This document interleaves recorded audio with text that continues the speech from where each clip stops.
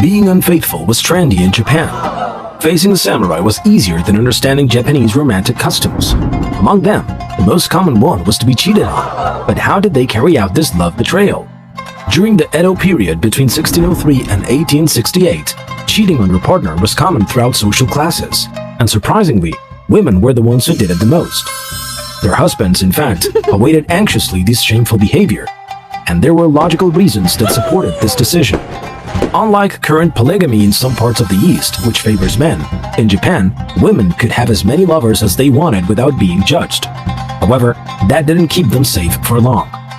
Although women enjoyed unusual romantic freedom, they weren't allowed to leave the house. Moreover, they were seen as inferior to men. With these restrictions, then, how did they manage to misbehave? The Japanese women would only go out when there were special events, so they had to make the most of them. They were forbidden from talking to people who weren't from their families, so to communicate, they would use a brush with which they would poke the people in Morse code. I don't want to imagine the obscenities that they carried out with that brush. Unfortunately, that freedom to cheat on their husband gave life to a deplorable action that still happens today. But for that to work, it was fundamental for couples to live in separate houses, only meeting when they deemed it necessary. In that way, they were able to have their encounters in peace and in full discretion. However, some people mistook that freedom for something completely unacceptable. So how did it work to cheat in Japan? One of the main reasons why they didn't care about being cheated on was the lack of love, as marriage was used generally to secure political alliances and strategic agreements.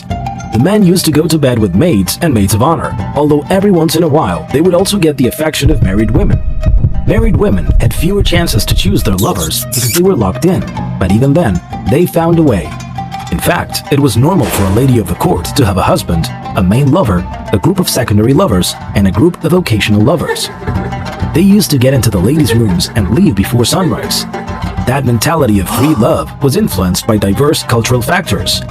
In Shintoism, having relations wasn't seen as something impure, but rather as a need for procreation. Moreover, it was believed that men couldn't control their impulses toward women, an idea reinforced by the beauty cult, an obsession of Japanese people with beautiful things, such as a poem, a song, and even a person. That gave way to a perverse action.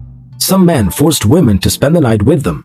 That was complicated, as women had to defend themselves by being submissive and passive, and if they didn't do that, they would suffer cruel punishments. However, that action was also highly repudiated among men themselves, as forcing relations went against the beauty of falling in love.